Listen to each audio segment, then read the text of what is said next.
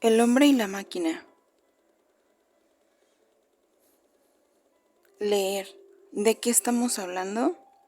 Eduardo Galeano afirmó que él hacía parte de la generación a la cual le era imposible deshacerse de las cosas, aquellos que guardan los cubiertos desechables por si algún día hacen falta, que completan la vajilla con los vasos de mermelada o coleccionan cajas por si alguien tiene que mudarse. Todos tenemos en la familia a un representante de esta especie. Son aquellos quienes han declarado la crisis de los valores y las costumbres. Bueno, también vale decirlo, el mundo intelectual y académico afirmó que el sujeto estaba condenado y las verdades eran relativas. Es decir, el siglo XX y el siglo XXI se definen por la angustia y el malestar de la incertidumbre. Este asunto de la crisis ha dado para todos los ámbitos y quizá el más popularizado es el de la crisis de la lectura, que para nada es nuevo, pues desde el siglo XIX los maestros anunciaban que la lectura estaba desapareciendo. En el siglo XX, amparados en esa preocupación, se puso de moda la promoción de los hábitos de lectura y aparecieron los promotores de lectura, agenciados por los ministerios de Educación y de Cultura, porque era necesario que niños y adultos leyeran, y han desempeñado un importante papel como mediadores del libro y de la lectura. Son ellos quienes han establecido lazos entre la biblioteca y la comunidad. Han desarrollado estrategias como el burro lector o el bibliobús, para que el libro también sea visto como un producto de consumo cultural. El asunto con la promoción de los hábitos de lectura, o mejor de las prácticas de la lectura, es que nos lleva a un cuello de botella, porque rara vez nos detenemos a pensar en qué consiste la tan mencionada crisis de la lectura, y eso precisamente es lo que dificulta el trabajo de los promotores y maestros.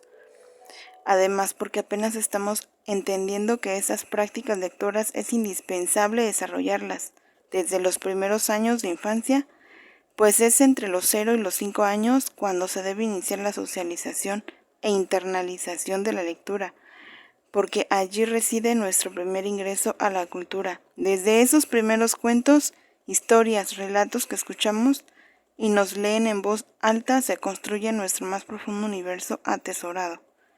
Es cierto que algo se quebró en la historia de la lectura, que las prácticas han cambiado y que ya no leemos de la misma manera que una mujer del siglo XIX, y eso es realmente lo que cambió.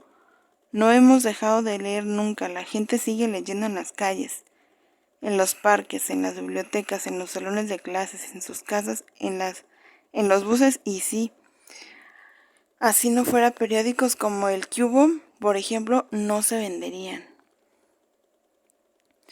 Entonces, ¿la crisis es de un cierto orden de lectura?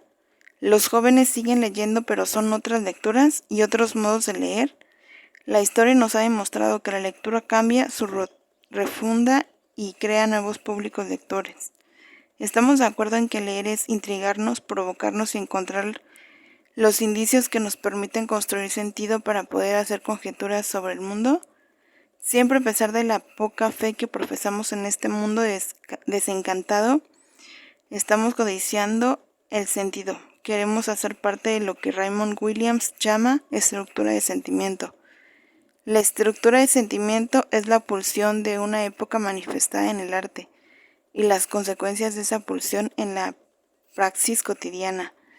Los públicos lectores responden a esa estructura de sentimiento de la cual son herederos, porque aunque sea intangible, esa pulsión influye en la construcción de sentido, en las significaciones y en el consumo.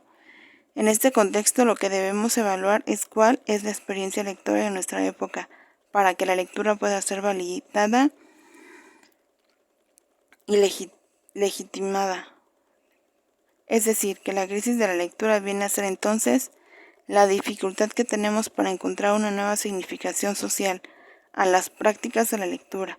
Graciela Montes afirma que es como si confluyesen, por un lado, un conjunto de ideas acerca de la lectura, bastante cristalizadas, resabió de la estructura de sentimiento de un momento histórico anterior, y por el otro, un estado de ánimo, el correspondiente a la época en el que la práctica de la lectura no termina de encontrar su sitio.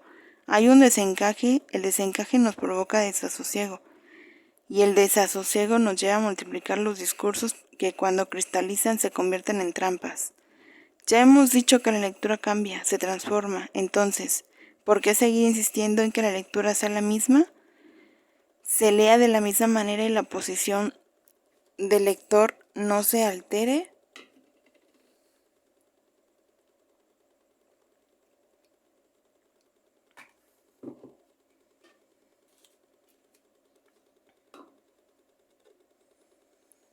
La lectura siempre ha sido una llave para un pensamiento liberador o dogmático y domesticador. Sufre esa ambivalencia. Así el lector se debate entre el dogma y la libertad. Desde cualquier orilla, un leer es significativo, entraña sentidos diferentes. Esa imagen del lector embebido en el libro, extasiado en la letra y desconectado del mundo, que alcanzaba la libertad del espíritu y el pensamiento, es la imagen que nos acompaña, a la que nos acostumbramos y extrañamos. Para este lector la lectura tenía sentido, era parte indispensable de su vida, era respirar, era su mundo personal, lo convertía en un ser de universos autónomos. Eso es lo que extrañamos cada vez que decimos que la lectura está en crisis, la significación y la idea romántica de que la lectura nos salva y nos hace mejores seres humanos. A eso es a lo que le seguimos apostando. El problema es que, en este nuevo orden, la lectura confundimos masificación con significación, y las estadísticas nos dicen que Colombia es un país sin lectores porque compramos pocos libros. Y en ese afán entre el consumismo y la significación se genera el culto al libro impreso, y se satanizan las nuevas formas del libro, como si éste a lo largo de la historia de la humanidad hubiese sido siempre el mismo. El apocalipsis para maestros, escritores, editores, libreros, promotores, bibliotecarios y todos aquellos que se resisten a la idea de que nuestra estructura de sentimiento ha cambiado y con ella las prácticas y las maneras de ver y construir significado del mundo. Lo cierto en esta crisis es que la lectura está cambiando. Eso nos lleva a la simple conclusión de que hay que refundarla, darle un nuevo sitio, relacionarla con la pulsión contemporánea.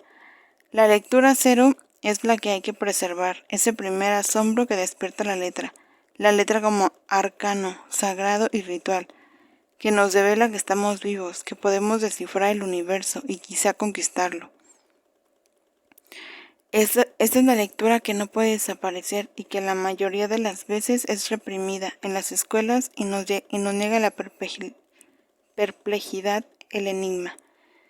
Vista así, la lectura es una actividad de por vida, en toda nuestra vida. Esto para nada es una intención de disminuir el valor de la escuela en la enseñanza, pero lo cierto es que a pesar de la preocupación de la sociedad por el tema, la responsabilidad parece recaer en los profesores de español y literatura, escritores, editores, promotores de lectura y bibliotecarios. Esta quizá es la mayor dificultad a la hora de enfrentarse a la crisis de la lectura, porque no entender que la lectura es un fenómeno transversal a todo el ejercicio cotidiano de nuestras vidas, la separa y la pone en un sitial de falsa trascendencia. Esta trascendencia de la lectura la aleja de su sitial natural y nos hace creer que es reservada para seres especiales, alejado de lo cotidiano. Al contrario, la apuesta debe ser por enseñarles a los niños y jóvenes que la lectura es una práctica a la que todos estamos espontáneamente abiertos. No vamos a desconocer que los textos proponen formas de lectura especializada y que esto ha generado un universo cultural complejo con un tipo de lector específico. El lector erudito, y eso está bien, es necesario, pero la única alternativa para volver a instalar la lectura como una práctica vigente extendida es recuperar la necesidad básica de los seres humanos, de descubrir el mundo y entender que la lectura y el libro son los mecanismos perfectos y no se contradicen con otros discursos. La respuesta no está en acusar a la televisión, a la internet, al cine, a los juegos de video. La búsqueda debe iniciar en entender cuál es la estructura de sentimiento de nuestra época, en la que es evidente que la lectura no está de moda. Esa lectura inicial, aunque estamos al tanto de las novedades editoriales en el libro, sin importar su soporte material, se condensa al acto de lectura, novedades editoriales. Por eso es tan importante su adquisición, porque son las transformaciones materiales del libro las que nos enfrentan a las nuevas formas de leer. No es necesario asumir una actitud de secta ante las nuevas tecnologías. Creo que las ferias del libro poco a poco han ido demostrando que el libro impreso aún está vigente, pero que es necesario exponer los avances en los soportes materiales. En este punto tenemos que acudir nuevamente a los profesores de todas las áreas y a los promotores de lectura. Las actividades de promoción de la lectura se concentran en el hacer cosas, en leer por placer.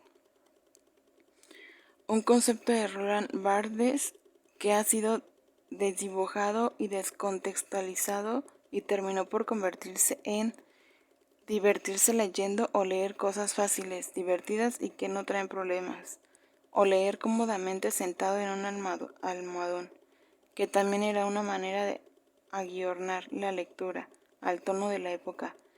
Es de suponer que unos textos hacían pensar más que otros, pero los que hacían pensar entretenían tanto y tan bien como los otros.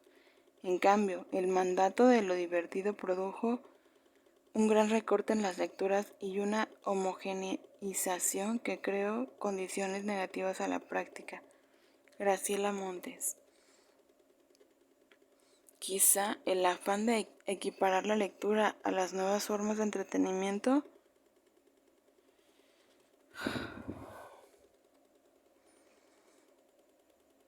que ofrece la sociedad actual ha generado este tipo de prácticas lectoras que bien se pueden resumir en leer por leer, sin construir significados. Si a esto le agregamos la ausencia de maestros y promotores lectores, el panorama es mucho más grave.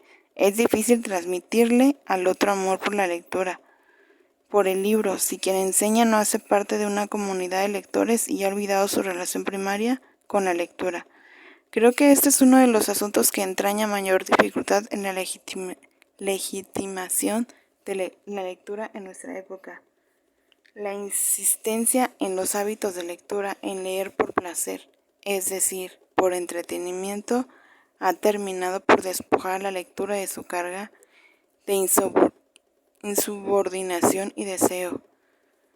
Si bien respondemos a un orden de lectura que es impuesto por los lineamientos generales de educación y que se sustenta en la construcción de un canon indispensable conocer, la lectura nos permite la distancia y la rebeldía necesaria para subvertir ese orden.